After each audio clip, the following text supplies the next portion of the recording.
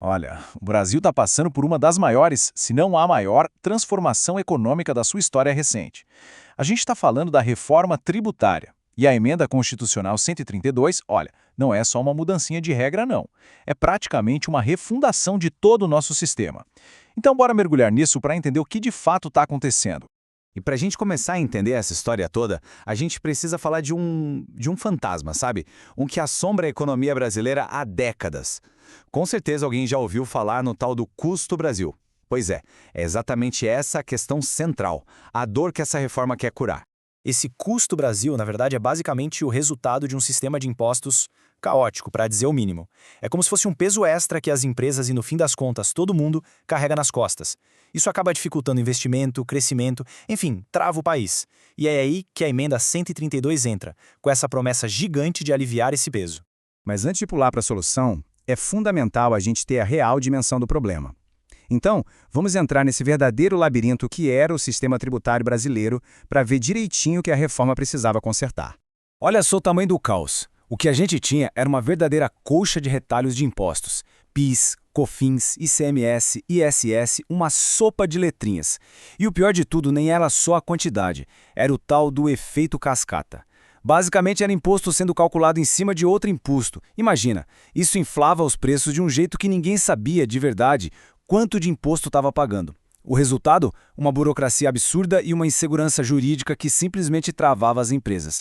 E aí vem a pergunta: qual a solução para esse caos todo? Bom, a resposta é uma simplificação radical. A reforma traz para o Brasil o modelo do Imposto sobre Valor Agregado, o famoso IVA, só que aqui ele vem num formato que a gente chama de dual. Vamos entender como é que isso funciona na prática. Agora, a comparação aqui é gritante. Dá para ver a diferença na hora.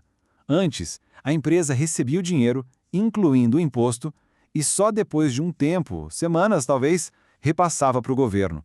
Esse dinheiro acabava virando uma espécie de capital de giro. Agora, acabou. Com o IBS e a CBS, a arrecadação é na hora, instantânea. A responsabilidade deixa de ser da empresa e passa a ser do banco, da instituição financeira. É, sem exagero, uma mudança completa de paradigma na gestão das empresas. E o coração pulsante dessa nova forma de arrecadar tem um nome, e é bom guardar esse nome: Split Payment, ou, em bom português, pagamento dividido, fracionado. Esse mecanismo é talvez a inovação mais disruptiva de toda essa reforma. E o processo é quase mágico de tão simples. Pensa assim, na hora de fazer um pagamento, seja com Pix, com cartão, no exato segundo da transação, o sistema do banco já racha o valor. Uma parte, que é o imposto, vai direto para os cofres do governo. A outra parte, que é o valor líquido da venda, cai na conta da empresa. Simples assim. Acabou aquela burocracia de ficar apurando imposto, de declarar, e o risco de sonegação, pelo menos nesse ponto, despenca. Ok, e qual o impacto disso na prática? Bom, para algumas empresas, principalmente as de serviço, a necessidade de capital de giro pode aumentar, e muito, algo como 19,2%. Mas por quê? Simples.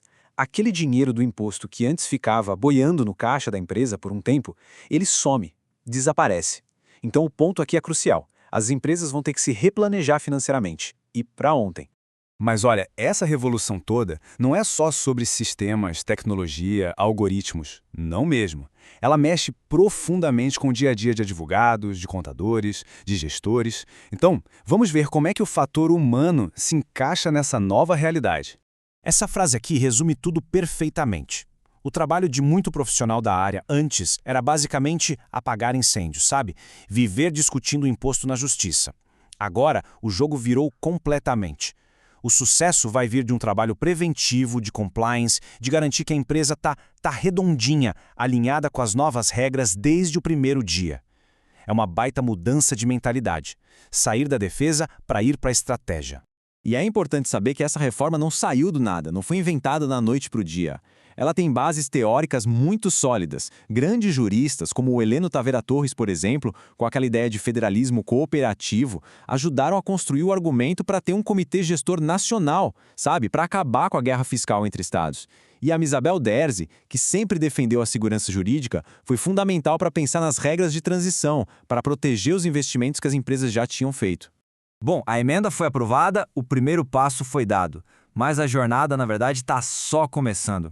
Agora a gente vai olhar um pouco para frente, para os desafios e também para as oportunidades gigantescas que estão surgindo com tudo isso. E nesse novo cenário, a tecnologia não é só uma ferramenta de apoio. Não, ela é a grande protagonista. Pensa só, gerenciar bilhões de transações em tempo real com split payment. Isso vai exigir um uso massivo de inteligência artificial, de Big Data. O back-office, tanto das empresas quanto do próprio governo, vai ter que ser 100% digital. E o Brasil não está trilhando esse caminho sozinho, no escuro. Dá para aprender muito com a experiência de outros países. A Índia, por exemplo, quando unificou os impostos deles lá em 2017, mostrou para todo mundo que ter uma plataforma de tecnologia forte, robusta, é absolutamente crucial. Já o Canadá é um bom modelo de como harmonizar impostos entre o governo federal e os estados, algo que vai ser essencial para o nosso comitê gestor funcionar bem. Então, fica a pergunta: o que as empresas precisam fazer agora? Bom, isso aqui é quase um guia prático. Primeiro, mapear todos os créditos que vão surgir com as novas regras. Segundo, revisar contratos, principalmente os de longo prazo, para se proteger de qualquer desequilíbrio. Terceiro, e muito importante, investir pesado em TI, em tecnologia, para integrar os sistemas. Quarto, ficar de olho no que o judiciário vai decidir sobre as regras de transição. E, por fim, construir uma nova relação com o fisco, uma relação de transparência. A palavra de ordem agora é ação. E com isso a gente chega na reflexão final. Ao juntar a simplificação de um IVA, que é o que há de mais moderno no mundo, com uma tecnologia de arrecadação que é instantânea e automatizada, o Brasil talvez não esteja só consertando um problema antigo. Pode ser que o país esteja, na verdade, criando um padrão totalmente novo. E a pergunta que fica no ar é essa: será que essa reforma tão ambiciosa pode transformar o nosso sistema, que sempre foi visto como um dos mais complexos do mundo, em um modelo a ser seguido? Fica aí a reflexão.